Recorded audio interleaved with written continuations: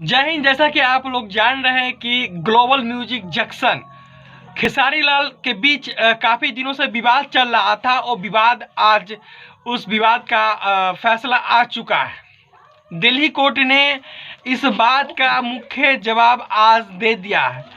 क्या जवाब था कि 5 सितंबर 2025 तक ग्लोबल के अलावा किसी भी म्यूजिक सेक्शन किसी भी म्यूजिक यूट्यूब चैनल पे गाना नहीं आ सकता है, किसी भी कंपनी अन्य कंपनी पे। हाँ, हालांकि खेसारी लाल जी का स्टेज शो, मूवीज, एक्टिंग यानी कि गाना छोड़ के, एल्बम छोड़ के तमाम प्रकार के जो शो होते हैं वो किसी भी चैनल पे, किसी भी यूट्यूब चैनल पे 1 सितंबर 2025 तक ग्लोबल म्यूजिक जंक्शन का बुक हो चुके हैं खेसारी लाल यादव जी, और अब अन्य म्यूजिक से गाना सुनने को नहीं मिलेगा। हाँ, अगर ग्लोबल म्यूजिक जंक्शन चाहेंगे तब किसी भी दूसरे म्यूजिक चैनल से गाना आ सकता है, अन्यथा किसी भी दूसरे म्यूजिक चैनल से गाना नहीं आएगा किसी भी कीमत पर।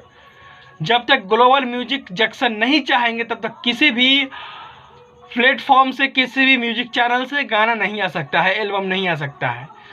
तो इसके बदले 5 करोड़ रुपया खेसारी लाल यादव जी लिए थे किसी समय के हिसाब से, लेकिन वो समय पे पूरा काम ना करने के कारण से उल्टे ही Khesari Lal Yadav ji global music junction पे केस कर दिए थे।